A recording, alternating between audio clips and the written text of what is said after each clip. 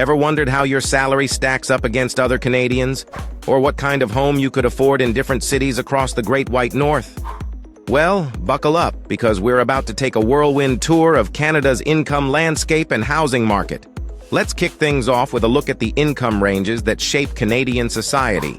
At the lower end, we've got folks earning below $30,000 a year. These are often the unsung heroes working in retail, food service, or entry-level positions. They're the friendly faces greeting you at your local coffee shop or helping you find that perfect outfit. For them, affordable housing might mean a cozy studio apartment or sharing a place with roommates in cities like Winnipeg or St. John. Moving up the ladder, we've got the middle-income earners, bringing home between $30,000 and $100,000 annually. This diverse group includes the teachers shaping young minds, the nurses keeping us healthy, and the skilled tradespeople building our cities. They're often looking at townhouses or small single-family homes, with cities like Halifax or Regina offering some attractive options. Now, let's talk about the upper middle income bracket, those earning between $100,000 and $150,000 a year. Think engineers designing cutting-edge technology, IT professionals keeping our digital world running smoothly, and healthcare managers ensuring our hospitals operate like well-oiled machines. These folks can typically afford larger homes or modern condos, with cities like Calgary and Ottawa offering some bang for their buck. At the top of the income pyramid, we've got the high earners, raking in over $150,000 annually. We're talking about executives calling the shots in boardrooms, specialized doctors performing life-saving surgeries, and tech leaders pushing the boundaries of innovation. You'd think they'd be living large everywhere, right? Well, not so fast. Even with their hefty paychecks, they might find themselves stretching their budgets in pricey markets like Toronto and Vancouver. Speaking of cities, let's zoom in on some specific examples to see how far your dollar can stretch across Canada.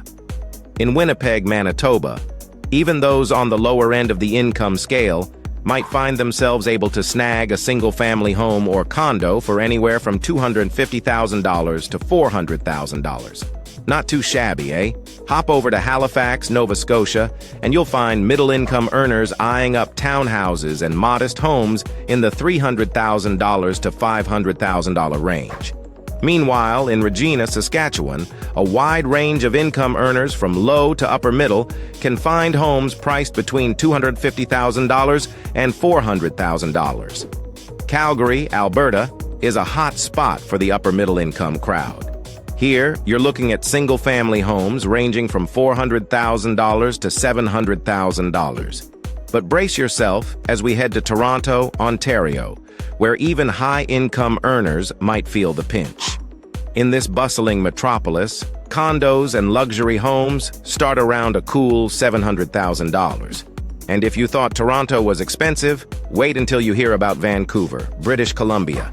This stunning coastal city has become synonymous with sky-high real estate prices.